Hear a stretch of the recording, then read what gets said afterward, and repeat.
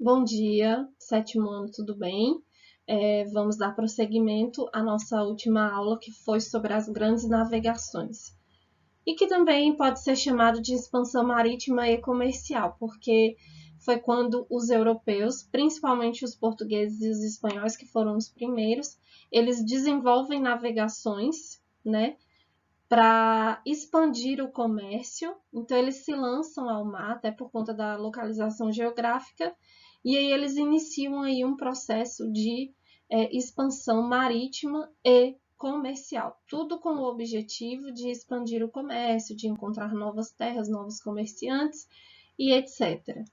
Então, o objetivo da aula de hoje vai ser distinguir os diferentes processos de conquistas da América pelas nações europeias.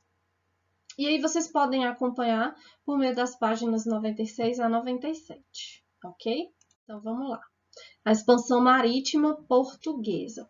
Só que antes de eu entrar especificamente na expansão marítima portuguesa, eu vou só fazer um contexto, né, dos outros países europeus, nesse contexto de expansão marítima e tudo mais, e por que Portugal foi o pioneiro nessa missão de iniciar a expansão marítima e comercial. Então, eu vou explicar para vocês por que Portugal ele foi esse pioneiro, ok? Contextualização histórica. A centralização monárquica de Portugal se iniciou no século XII, no contexto das guerras de reconquista empreendidas contra os muçulmanos, ou seja, diferente dos outros reinos germânicos, né, os reinos feudais que tinham na Europa, tipo França, Itália, enfim, etc. Portugal e Espanha, na verdade, como a localização geográfica deles é um pouco diferente dos demais, porque eles ficam ali um pouco mais afastados, ficam ali nos arredores do mar Mediterrâneo, né, do mar Atlântico, Oceano Atlântico. E aí o que acontece? Eles ficavam um pouco distantes. E ali por volta do século XIII começou umas invasões dos muçulmanos naquela região. E aí com essa invasão o que aconteceu? Os muçulmanos levaram também seus costumes e a questão do comércio.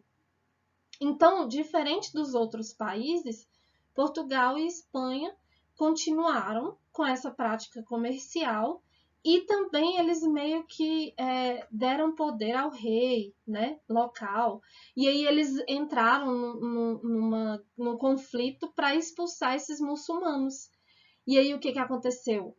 Houve uma centralização política, né, do poder nas mãos do rei, e aí eles se uniram para expulsar essa galera que estava lá em Portugal. E aí esse contexto contribuiu para que Portugal fosse o primeiro, né, a se tornar uma monarquia, diferente dos outros países. E aí, com essa noção, aí eles já tinham a centralização monárquica, certo? Que estava concentrado nas mãos do rei. Eles já se sentiam como um país, certo? E eles também tinham a prática comercial, a prática do comércio. Então, eles foram precoces nesse desenvolvimento aí do comércio, especialmente o marítimo, por conta da localização geográfica, como eu falei para vocês. E aí houve intensificação da pesca, da agricultura e da produção artesanal em Portugal. A localização geográfica de Portugal contribuiu para a iniciação das navegações marítimas. É nesse contexto que a gente vai iniciar a aula de hoje, ok? Em busca de novos caminhos. Até o século XV, o Oceano Atlântico era um obstáculo intransponível, mas os europeus começaram a se lançar nele em busca de novas rotas marítimas que os levassem a novas possibilidades e a riquezas existentes no Oriente relatadas por viajantes. Então, assim, para facilitar essa expansão marítima, essa rota marítima, eles criaram, né, eles desenvolveram navios muito mais rápidos para chegar até as Índias mais rápido, E também porque em terra eles tinham que pagar tributos, porque eles atravessavam fronteiras. E aí o que aconteceu? Eles, né, criaram essas rotas marítimas. E aí por conta dessas novas descobertas da bússola, cartografia, luneta, enfim, eles desenvolveram várias técnicas que facilitaram essas novas rotas marítimas. E aí, o desbravamento do Atlântico foi uma alternativa encontrada por portugueses e espanhóis, uma vez que as rotas comerciais conhecidas eram controladas por mercadores árabes e comerciantes italianos, lá na cidade de Veneza. Então, eles queriam quebrar isso. E aí, por isso, principalmente Portugal e Espanha, desenvolveram essa rota comercial marítima. Rotas comerciais dominadas por comerciantes árabes, genoveses e venezianos. Então, vocês percebem aqui que, por terra, quem dominava tudo isso aqui eram quem? Né? Eram os árabes, os genoveses e os venezianos, os italianos. E aí, quem quisesse passar por aqui, né, os viajantes, os comerciantes, até chegar às Índias, eles tinham que pagar muitos tributos. E aí foi nesse contexto que eles desenvolveram a técnica da navegação. Nessa época, as viagens marítimas eram arriscadas e longas demais, o que terminava exigindo grande quantidade de recursos materiais.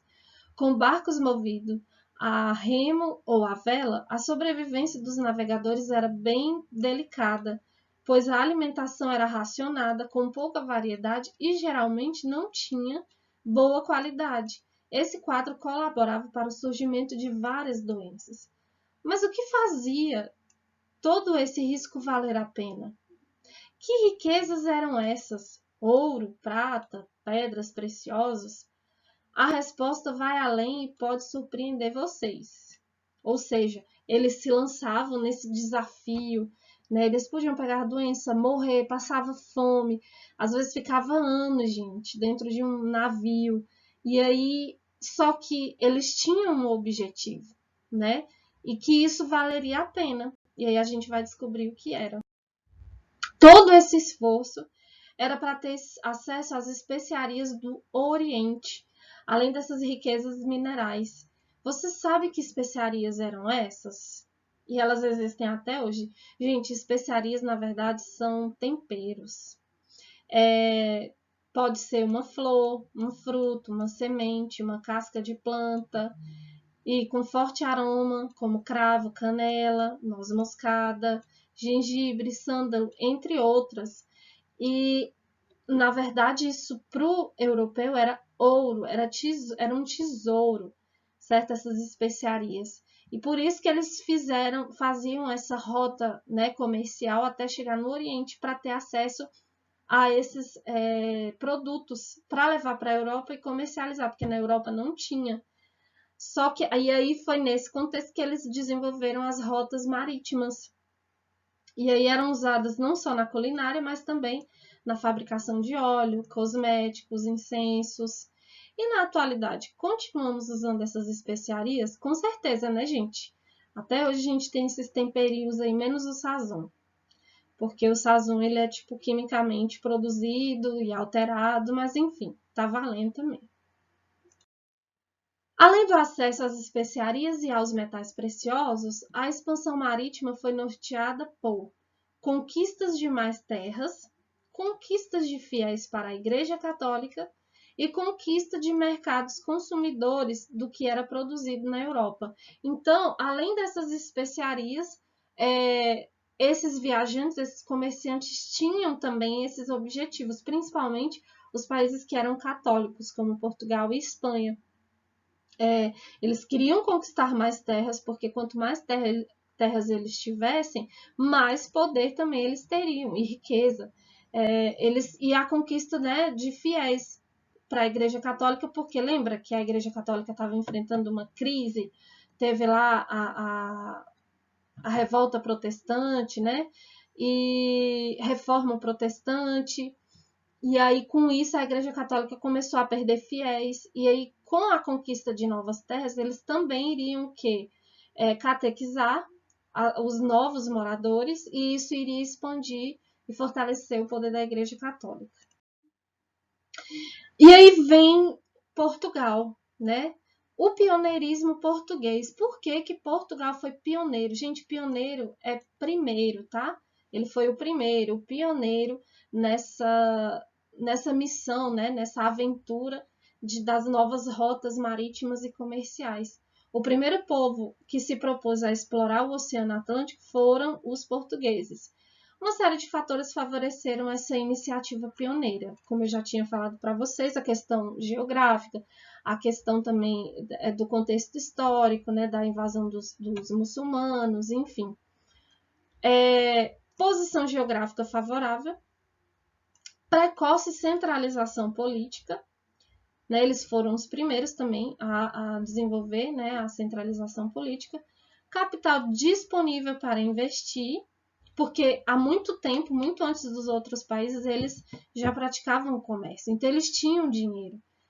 E a existência de um comércio marítimo com o norte da Europa e domínio das técnicas de navegação.